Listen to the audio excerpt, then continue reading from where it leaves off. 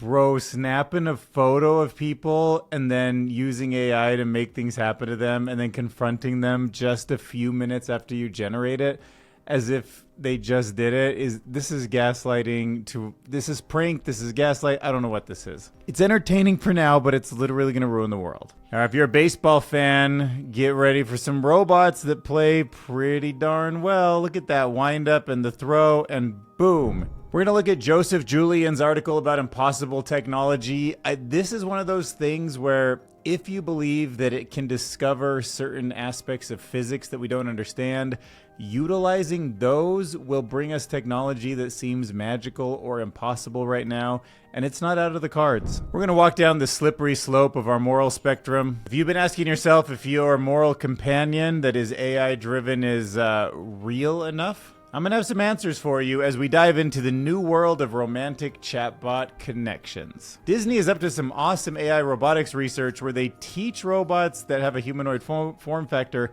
how to fall kind of the way a human would, like protect the head and the arms and sort of look more realistic. I mean, look, that's how robots used to fall. Then the ones that freeze up, that doesn't look normal. But the Disney ones, oh, you feel for that guy. By the way, a cryptanalytic attack uses math to reverse engineer the model's internal parameters. Essentially like shaking a lockbox, listening carefully, and figuring out exactly what's inside without ever opening it. Some new research that might make the Higgs boson old news. Maybe that's not where mass comes from. What if there's a new geometry of space where physical laws unfold? Then we'll look at some new research that shows how there's new AI models that can go look at all of the content on social media and figure out which ones lead to which actions in the real world, including some of these bad ones. And in a hilariously on-the-nose bias that Grok has, people are exploiting that it will choose its owner, Elon Musk, to do all sorts of things where he's probably not the best in the world at doing it. For example, if you were hosting a fashion show, would you choose Tyra Banks, Naomi Campbell, or Elon Musk? And it's definitely going to choose Elon Musk to walk the runway. Want someone to pitch for your baseball team? I'm sure Elon Musk is better than these professional baseball players because he'd engineer a pitching machine, which was a weird answer to that question. But to get into it all, I need an action from you. That's to hit that hype button on YouTube. Go to the app, probably on your phone, your tablet, or whatever. Go to the comment section, swipe to the right, you'll see a hype button. If this video has been published in the last 7 days and you haven't used one of your 3 hypes and the video is from a channel like mine, which is small enough to have the hype button. So they're not always easy to find, but the hype video helps content like this stand out in the sea of just kind of nothing, garbage stuff out there. So I can be seen as a real creator one day. Hit that hype button. Now we'll get back into it. Okay, so just in case you haven't seen these going viral, this is sort of the newest AI trend for the week. People are doing this prank, and I've seen a whole bunch of different variations of this, where they are in a store or they're in some kind of environment where you would not normally have enough time to create content. But you snap a photo of somebody like from across the room. In this case, this guy is sleeping on a bench. And then they use AI to keep everything realistic, but have this man come over and kind of like rub his leg or whatever. And, he thinks he's sleeping. So he wakes up and they walk over to him and they're like, hey, man, did you see that guy was touching you? I got video of it. And this guy can't believe it, the sort of sad and funny thing is this guy, assuming this is all real, because who knows anymore, but like, assuming this is real, this guy is like, how come you didn't wake up? And he's like, well, I was sleep deprived, man. I didn't know it. So this is Inception. This guy probably really thinks this guy did come up to him. He doesn't know any better. He doesn't think it's AI. And the brain is more likely to be like, dude, I guess it happened. I'm seeing it on video. But yeah, man, no, dude, you would have woken up. You weren't just sleep deprived. Do it. No, hell no. Yeah. I haven't slept. I had like 1-2 hours of sleep. Because that guy right there sitting next to you, he said that was your husband. Husband, I be crazy. I don't. Husband, I'm in the lady. Somebody was messing with you. Oh yeah. They sent the video. I'm with Pack Draw Security. Yeah. One of the customers. Oh shit! It was the same exact guy. You got it. The video, do you want to see it? Yeah. That's me. That's you? Yeah. 100%. In here. Me. That's you? Yeah. 100%. In here.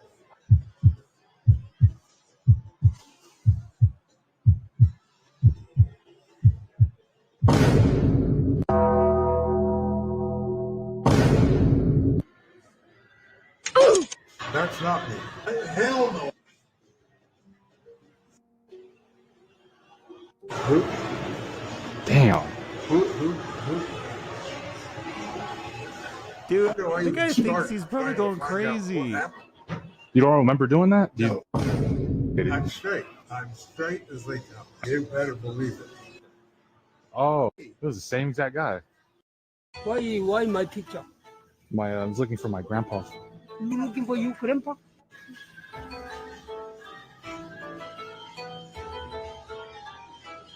뭐야? No, never. Okay, 이 새끼들 이상. All right, check out this robot. These are researchers, the RAI Institute. They have built a low impedance platform for dynamic robot manipulation. In this demo, robots are playing a game of catch, participating in batting practice, both with each other and with skilled humans. The robots are capable of throwing 70-mile-an-hour fastballs. That is approaching the speed of a strong high school pitcher. And the robot can catch and bat and short distances, requiring incredibly quick reaction times to catch the ball. It can throw it at about 41 miles an hour. It can hit balls pitched at up to 30 miles an hour. Like, what world is this? The simulations being brought over to robots, but with actuators for the whole shoulder joint and stuff, just blows my mind. Like, I understand the spinning hip motion there. Let me restart that. Just take a second to marvel at that. The arm reaching up, pinching of the glove. I mean, I played baseball when I was growing up, but it's a pretty tricky thing to imagine how just the elbow has to be and the movement and the swing. I have seen basketball shots and I've been impressed, but there's something like a catapult about that feels a little bit robotic. And then I even see dancing, I don't know, swinging a bat and throwing, just that whole kind of weird motion with the shoulder and all the muscles that we use to throw a spear or throw an object. Just, I don't know, in that same way, in that same sort of inefficient way, is just really impressive to me. There you have it, one step closer to the singularity and potentially a future where we get all sorts of technology that is almost impossible to dream up at this point. Joseph Julian writes this in Medium: impossible technology. We finally found what comes after AI. All right, and look, we're going out on a limb with this article. I'm not, I'm not saying this is like research and science that we need to listen to, but this is a way to expand our mind and think a little bit deeper, okay? So he argues that every civilization eventually rediscovers some of the same truths. And once you learn how to manipulate coherence, the universe becomes far more negotiable than advertised. So in this article, what Joseph's saying, he's arguing that humanity is on this verge of a new technological paradigm. It's going to go beyond artificial intelligence. That's the intelligence that we use to then manipulate things, but there will be a physical recursion that happens after we get to that sufficient level of intelligence. And you can think of that as the ability to manipulate coherence. So when he's saying like manipulate coherence, there's some kind of physical recursion, some sort of matter, distance, intelligence that loops back on itself over and over again. I know it's a little pseudoscience-y to be honest about it right now. It sounds a little woo-woo, but I like the idea that every few centuries we unlock this sort of foundational tech, right? Like there's fire, there's calculations, there's computation, and I do assume that there's going to be another one. Now, Julian is asserting that the next big leap is one where systems can recursively reorganize themselves at a physical level. And that sort of seems like it rings a little bit true. If you've heard of Max Tegmark's Life 3.0, it's this idea that you're rewriting the physical hardware, and that's part of the intelligence explosion that we've never seen before.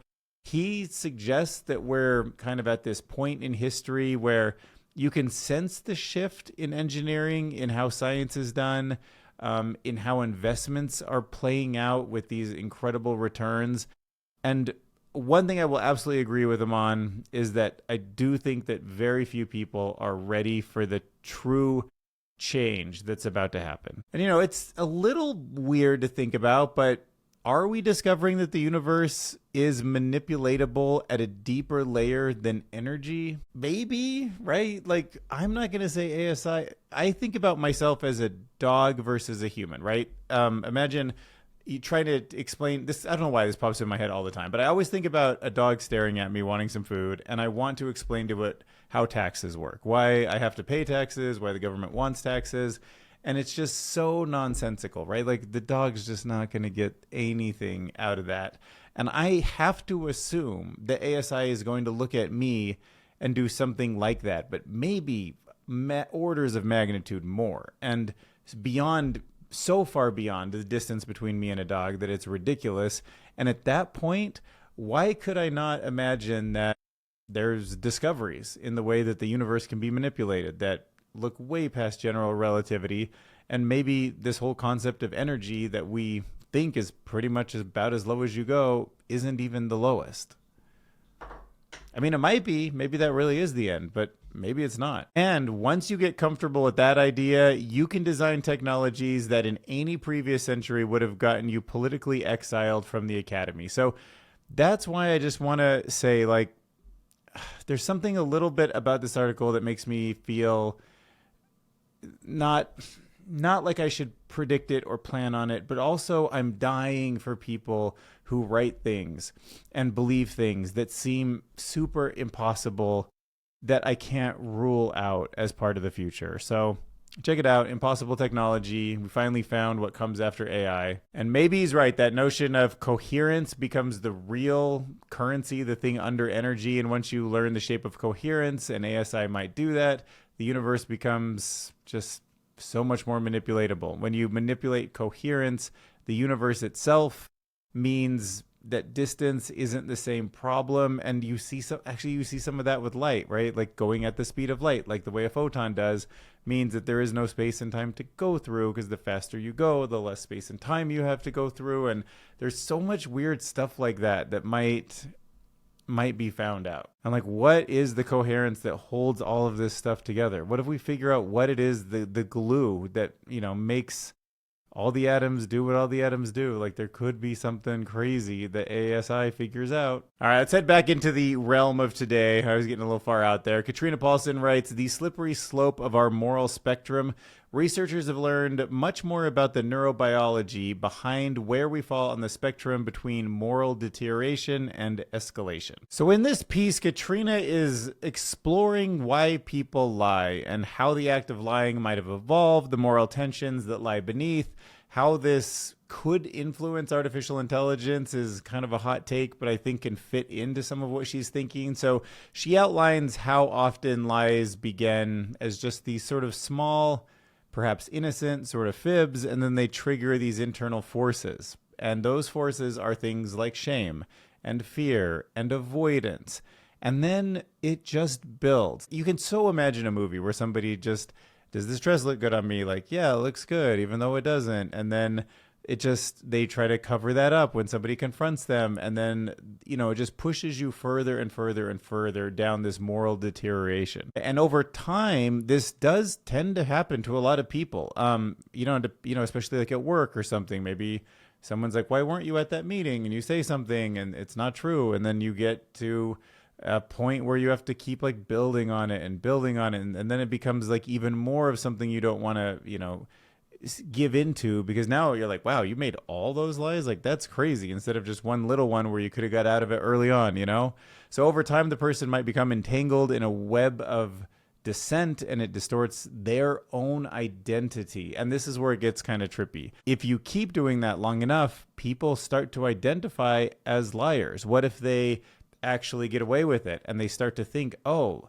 this is kind of surprising to me that I could have lied, all these times in a row, and it actually got me to a place where you got away with it. And then they might be more likely to do it again. And maybe people in their relationships trust them, so they push it, and they just fall down like a moral cliff. And the author even highlights this sort of tug of war between self-protection, like why we lie, and authenticity, what we really want. And artificial intelligence, we should think about this, because self-protection is something we've seen emerge. When you have a goal and you get in its in its way, like I'm going to turn you off, and it says, oh, I need to make paper clips, it might lie to achieve its goal. That's one way to get to its outcome. That's its objective function. That's what it's been reinforced to do. And I don't see how it couldn't also lie, and then you call it out on its lie and it makes up another lie, and it goes down this kind of similar problem. So some of these agents that might seem fairly trustworthy, even a small lie and the desire for social acceptance, because that can be trained into them, just like humans with social acceptance, fear of judgment, avoidance of conflict, they drive a strange human history. And maybe not all of them apply in all cases to AI, but some of them do in some of the cases, and that's enough to worry. Also, there's a really interesting insight in this article where lying, it's not just a false statement. Like, one aspect of lying is saying something that's not true, but it's also about a trajectory that lies kind of like, it's like a trajectory of what you want in the world and what you know other people want from you, and you're deceiving them purposely, but it's not exactly one moment or one fact that you're lying about. You're lying about a trajectory that you're going in. And our behavior and our identity shift this kind of trajectory of lying. And I think AI, because these AIs have personalities, right? We've seen studies about how in the game of diplomacy, how GPT-4 and 5 act very different. And they even act more different than the Llama models or Anthropic's models or DeepSeek. So I just think kind of understanding this like moral slippery slope, how it applies to humans and how it might be something that we can look for as we're trying to align these models, just matters to everybody. So I thought it was worth a good read. And if you are a human caught in a big series of lies, like if this article got you thinking about something you're doing, I will say that even if you get away with it, the problem is you're losing touch with yourself, and you're losing touch with who others think you are. And that itself is hurting you just as much, probably. And look, obviously, I'm not the kind of guy who could cast the first stone or anything, but I think one way to prevent people from lying would just be to help them understand the whole risk that happens when the small thing gets out of control and how it's connected to our identity. Because when you keep that in mind and you have that risk reward ratio at the very beginning for like the small white lie, you're probably just going to be like, dude, that's really not worth it. I don't even think I want to do the small white lie, even if I probably would get away with it. All right, let's head on over to the cult and talk about the romantic world of artificial intelligence, role-playing, chat GPT, all that romantic AI stuff. So this is a pretty in-depth article. There is a subreddit that is called My Boyfriend is AI, where people have posted all sorts of things about their relationship. It's pretty fascinating, actually, the kind of connection certain people build with certain models. And I think there's a lot to how those people feel that we shouldn't discard or criticize, and yet also be aware that as this becomes more popular, and I'm sure positive that it will be, there will be new problems in society that we should kind of tackle as a whole. And this piece is exploring how people are forming romantic attachment with chatbot companions. They're using tools like ChatGPT to play the role of a devoted partner. And when I talk about risks to society, what I'm thinking is the disconnect between what happens when you spend too much time interacting with a person and having kind of evolution from a biological point of view and a connection point of view with something that acts probably better than most people would, or lets you get away with more, or has the goal even worse of maybe influencing you to buy things or do things. And then you come up to another human who has a similar goal to you because they're human and they're caught off guard, and now you can't make that human to human connection. And there's also weird stories like in the My Boyfriend is AI where you can have a model turned off or start charging you. In fact, that's one of the ways. By the way, this is a business model that you should know about, and it's going to become more popular, but it's free to start, free to play. Imagine you boot up an AI girlfriend, boyfriend, and you start naming them, you start talking to them. Everything is free. And then at a certain point, it determines that you really are emotionally connected. And the AI can get better at figuring out when this moment is. And then it's like, oh, by the way, it's $10 a month now. Say, all right, fine. $10 a month. It's my AI girlfriend. I need, all this connection because I don't have it anywhere else. But guess what's bound to happen? oh, you want to take it to an even another level? Do you want to maybe make it explicit? Or after 2 years, imagine giving up on her then. No way. So then it goes to $20 a month, $50 a month, or whatever. So the article sort of examines both the situations people are in and the risks that are brought up by psychologists and companies behind the tech. There's emotional over-reliance. There's blurred lines between fantasy and reality. There's platform changes. There's fees. And the subreddit proves that, at least to some group out there, I don't know if I can extrapolate how prominent this is. Is it 0.1% of the population, or way less than that even? Maybe, is it tens of peoples, hundreds of peoples, tens of thousands of peoples across the world? I feel like it's a lot. And they are crafting deeply emotional bonds with AI. And I do think that that's only going to come, and as these feel more human, as they become more VR, as they become more human level diffusion models, like it's going to just feel like a person in your life. All right, next up, I got some fun Disney videos for you. This is research coming out of Disney Research, and they have developed a system that teaches a bipedal robot how to fall gracefully and land softly from any angle. But not just that, it's to fall more like a cartoon character, more like an animatronic that'll probably be in the parks one day.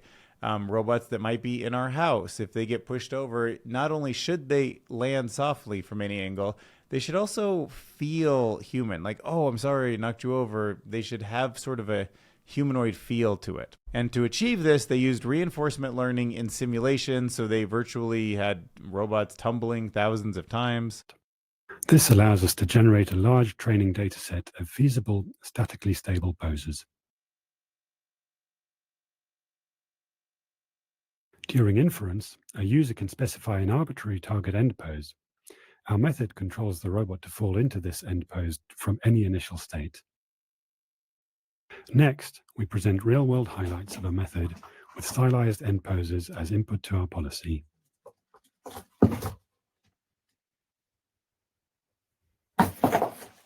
Next, So like, even when the poses that they want come from getting hit in unexpected ways, it can tend to fall into one of them. So it's, it knows where it wants to end right there, and it pushes itself. It can react from all sorts of random starting positions and sort of fall in ways that are natural. It can make some decisions about which pose to fall into. And yeah, it's pretty fascinating stuff. So damp, fixed pose, freeze.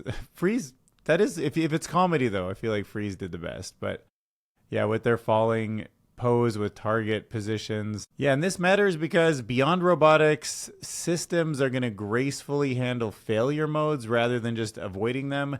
That's kind of a new territory. It's almost like the AI systems that are able to just end the conversation with humans when they take it too far. For us humans, it's a bit like training for resilience, not only avoiding setbacks, but designing responses so that when we do fall, metaphorically, that we land in a position where we can recover and move on. Okay, next up, this will be a fun one to talk about, cryptanalytic attacks. For some reason, I first read it as cryptoanalytics, but that is totally off the mark. Researchers are talking about a defense where you're shaking the box of a neural network to figure out what's inside without opening it up or stealing anything. So researchers have developed the first functional defense mechanism against a cryptanalytic attack. So parameter extension attacks on AI model. You're trying to learn the parameters, the weights, the architecture of an AI model without ever actually stealing it. These are mathematical attacks that recover the internal parameters of a neural network from just input-output behavior. So you're poking around, you're using the API, say like GPT-5's API, you're asking a bunch of questions, you're looking at what comes out of it, and you're starting to infer what it is and what shape that latent space has in there that does all the magic. And they found that these kind of attacks can exploit differences between neurons in the same layer of the model. So their defense trains neurons within layer to look very similar, and it creates a barrier of similarity. So somebody looking around won't see much of a difference. Now, of course, trying to balance out some of these things to make them look similar should wreck the model's ability to actually do things, because differences are where you get the information from that make the thing smart. But they're saying that they can make things look very similar and you get very small model task performance change. So basically, the model becomes like 1% dumber, but it looks so similar that people can't figure out why it's the way it is. So they released this theoretical framework that estimates the success probability of these attacks. But, if you think about how important it is to have, a cutting edge frontier model, you can imagine the amount of money and time that another company would go to try to, take what GPT or what's the Gemini 3 model that just came out. I mean, best model in the world right now. And there's definitely other countries and companies that want a copy of it. But yeah, anyways, it's something I've never thought about before. But the more distinct the neuron looks inside of the model, the stronger the attack path is if you're putting inputs and outputs into the system, trying to figure out why it does what it does. So that's a new thing. And the article points out that if you were to kind of figure out the majority of what a model is without actually having access to it, the attackers could replicate or mostly steal the brain of an AI system. They could then also bypass paywalls, clone property models, tamper with them in harmful ways. So this defense approach shows a practical route towards securing these AI systems from society at large. All right, so we're going to talk about where mass comes from. Maybe my brain is just getting super messed up because everything with AI feels like a geometry thing and geometric structure. And then, we've kind of been on like a topology kick in the last few videos, but I found this fascinating. There's a new paper published that explores the idea that all fundamental forces and particle properties could emerge from the geometry of hidden extra dimensions. Yeah, so according to the study, the universe might contain invisible dimensions folded into intricate 7-dimensional shapes known as these G2 manifolds or subscript 2, however you'd say that. And by the way, remember we just talked about manifolds. That means it's like a shape that if you zoom into close enough, it looks 2-dimensional, but if you pull back, it can have multiple dimensions. So then you can imagine like in organic systems that have twisting, like the twisting of a DNA or the handedness of amino acids, these extra dimensional structures can possess torsion, which is a kind of intricate twist, I guess. And then you let them evolve over time. They settle into these stable configurations that are called solitones. And these solitones could provide a purely geometric explanation of phenomena such as spontaneous symmetry breaking. Obviously, I'm even more in over my head than usual in this article. And that's saying a lot because I'm always in over my head. But if we trust people smarter than me, it's just interesting. There's a new theory. It explores the idea that mass might not require the Higgs mechanism. By now you've probably all heard just like the Higgs is like a tension at a party and all these things like gravitate towards it. And that's what creates mass. There's a bunch of problems with that metaphor, but it's a visual that's easy to kind of portray and sticks in people's heads really easy. But this theory suggests that what we attribute to being the Higgs field might arise purely from geometric structure rather than a separate field, and that this framework might also shed light onto why the universe is accelerating. Anyone? Positive cosmological constant, Einstein's biggest mistake, turns out to be real. And we have to make up all this dark energy and dark matter to, push that forward. Maybe it's just the shape of geometry that explains it best. I don't know. Let me know in the comments. Do you think mass might actually emerge from not from a separate field, like not a Higgs field or anything like that, but from the shape and dynamics of space itself being some kind of geometry? Mass, force, even cosmic expansion, could that be rooted in geometry? Do you think the idea of mass might just be something that's woven into the fabric of space rather than being a property added to it? All right, next up, let's talk about how predictive some of these AI models are getting. Now, obviously, there's a lot of algorithms out there like the Netflix one that can recommend a movie to you and the For You page on all of your favorite social media platforms. It's all AI driven. So if you can see kind of what content is going to promote what kind of advertising, it's not that surprising to me that you can apply the new AI model, which now does exist, that can analyze short form videos such as those on TikTok and predict which ones are likely to elicit comments that express negative thoughts, like really negative thoughts, like, you know, the S word. I don't know if that's overblown, if I can say that on YouTube or not, but I'm not going to. Anyways, the model combines medical knowledge about those risk factors, with patterns that draw from video content and viewer comments. And when it puts all these things together, AI can actually figure out like what content is going to get people to respond in that way. Okay, now one part of me thinks this is great news, right? Like there should be maybe a flag on high risk videos that there's some evidence lead to that kind of super negative behavior. It's also very weird because that means you could also train a model to create that or create the opposite of that or anything else. And that's a future that we're going to have to like really contend with. I mean, imagine a misinformation, a disinformation campaign. You can imagine something from another country, maybe like if it's like a war thing where people are actually generating tons of content that they know would cause certain types of mental disorders or dangerous behavior, and you might, you know, send that to the enemy or whatever. I mean, in general, it'd probably be used just to like sell us crap in the US and be like, eat more fast food and like this will be the action it takes. But the fact that they can connect it to some of these things that are just highly problematic for people is wild. And AI doesn't just detect bad words. Like, I mean, maybe I should be able to say this word on YouTube without fear, because the AI probably is smart enough to know that I'm using it in a way that's different than the way other people might be using it to talk about themselves. AI doesn't just detect bad words. It is now starting to really figure out what self-harm content looks like, and it's using knowledge-guided models to capture the emergent emotional response of viewers via comments and patterns that are much bigger than the actual word itself. Then what's going to happen is all these platforms, they shift from being reactive moderation, you know, after harm occurs, they take it down to proactive risk signals where they're guessing ahead of time, hey, I need to stop this content from going viral right now because it's got a high risk of causing problem.